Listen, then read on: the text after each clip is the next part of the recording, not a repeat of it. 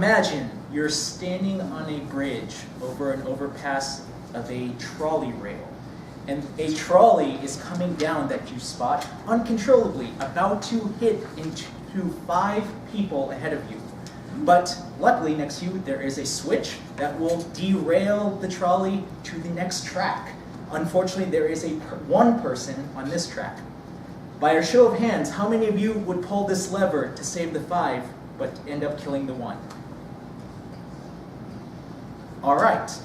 Now, same scenario. There is a trolley coming down. However, there is not a switch this time, but there is a person walking next to you on this bridge, and the only way for you to derail this trolley is to push this really large person in the way of this trolley to derail the trolley. Only the person you have pushed will be the only one to die, thus saving the 5 people. Who, by a show of hands, would push this person?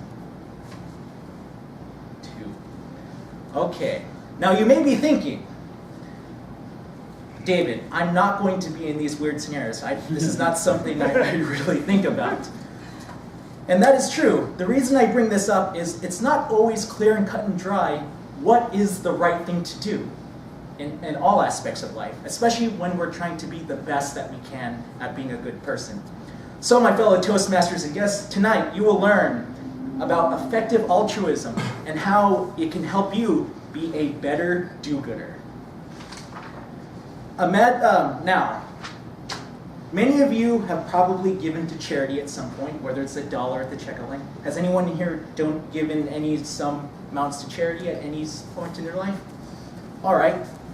Maggie, how do you know that money is effective at what you gave? That is doing what you wanted it to do? I have visited the facility, and I trust them. All right. And it's a local organization. Pause. Sure. So a lot of us are on the aspect of just we trust or we assume that this works. But in reality, we don't really have any idea of when we help someone, whether we give someone some change on a homeless person, some change, if that's actually effective at solving any problems. So the philosopher William McCaskill, who is a philosophy professor at Oxford, started this concept of effective altruism, where he lays out this idea in his book, The Most Good You Can Do, of how can we do the most good with the least amount of money? How can we be effective at actually doing good? And effective altruism essentially can be summed into 3 simple parts. 1, live in a rich country. 2, make sure that you put money towards causes that is the most effective next marginal dollar. So for instance, instead of paying $40,000 to give a blind person and a seeing eye dog, which is how much it costs, even though that's good sentimental, $40,000 is much better well spent in giving it to the Against Malaria Foundation, where the average cost to save a life is actually $3,340. And 3, the most important aspect of effective altruism is to think scientifically rather than sentimentally. Think scientifically rather than sentimentally. So in other words, take the approach of back to when you were trying to derail the trolley. Help the most people you can do, rather than thinking about the empathy you have towards one person. On a grand scale, it's more important to think about how many people you can effectively serve. So for instance, imagine you were a person who wanted to create your life in a way that you could help the most amount of people in your life. So the typical person, we would say, would go to college and go to a liberal arts university and become a social worker, or go into public aid. And he graduates with their bachelor's degree, gets a job at an organization making $20,000 to $29,000 a year, and is right there doing the public service. Who in here would think that's a very nice and selfless thing to do? Many of us.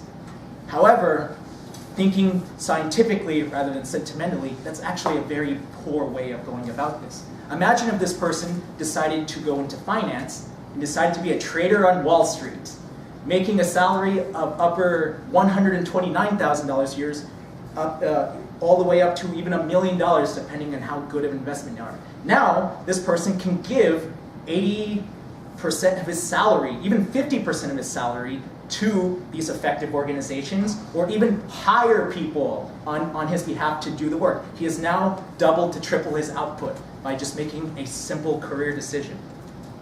Now, if this is something that interests you, William McCaskill has an organization called 80,000 Hours, which is a website that has a tool that can actually help show you how you can use your career and leverage those funds to be the most effective giver as you possibly can.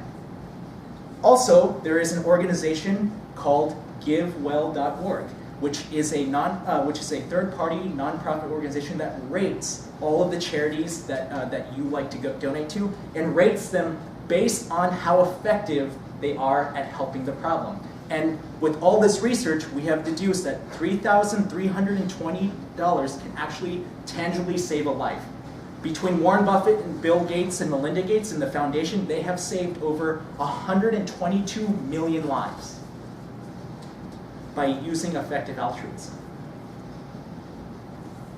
So, the next time that you want to give to a charity, or you would like to take the leap and really help and make a big difference in people's lives, remember to think effective altruism. Go to GiveWell.org to make sure you're donating to the right people. Go on 80,000 Hours and find the correct path so you can be effective as a giver. And if you follow these steps, you too will be a better do-gooder. Thank you, David.